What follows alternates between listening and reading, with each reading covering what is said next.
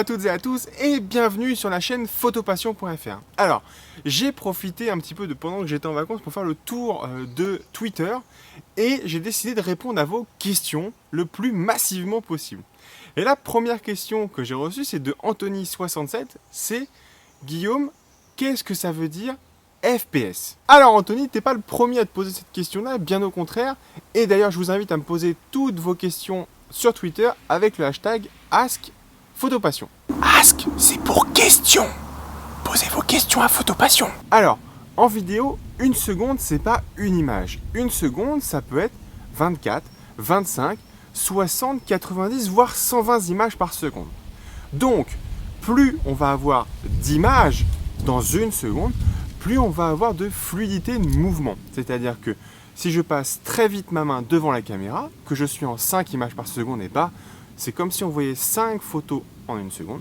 A l'inverse, si je fais le même mouvement en 60 images par seconde, et bah ma main, je vais la suivre du début à la fin, sans trou à l'intérieur de ces découpages.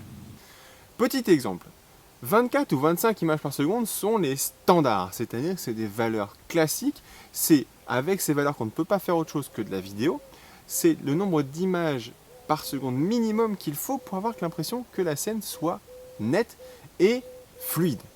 Maintenant, effectivement, on peut s'amuser à descendre en dessous de 24 ou 25 images par seconde pour avoir l'impression qu'une image est fluide. Pour ceux qui ont un Mac, il suffit de regarder la petite roue qui tourne au début. Vous avez l'impression qu'elle tourne, alors qu'en fait pas du tout, c'est juste des points qui s'allument les uns derrière les autres. Vous avez l'impression que ça avance, alors que ce n'est pas le cas du tout. C'est vraiment la notion d'image par seconde qui crée cet effet-là. Maintenant, quand est-ce qu'il faut utiliser 50 ou 60 images par seconde? On va pouvoir utiliser 50 ou 60 images par seconde quand on passe devant la caméra à action très rapide. Typiquement, ce genre d'action va nous permettre, si on les filme en 50 ou 60 images par seconde, de les ralentir. C'est-à-dire que même en les ralentissant, l'image va rester extrêmement fluide, d'accord ?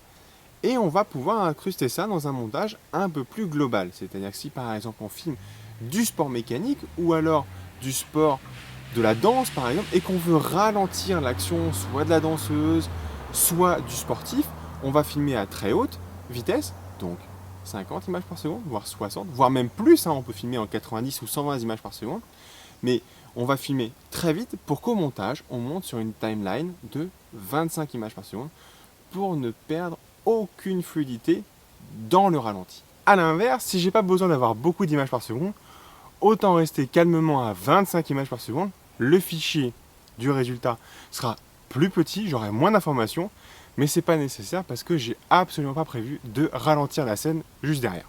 Merci Anthony pour cette question. En attendant, n'hésitez pas à nous en poser d'autres avec le hashtag #PhotoPassion et je vous donne rendez-vous à très bientôt pour une prochaine vidéo.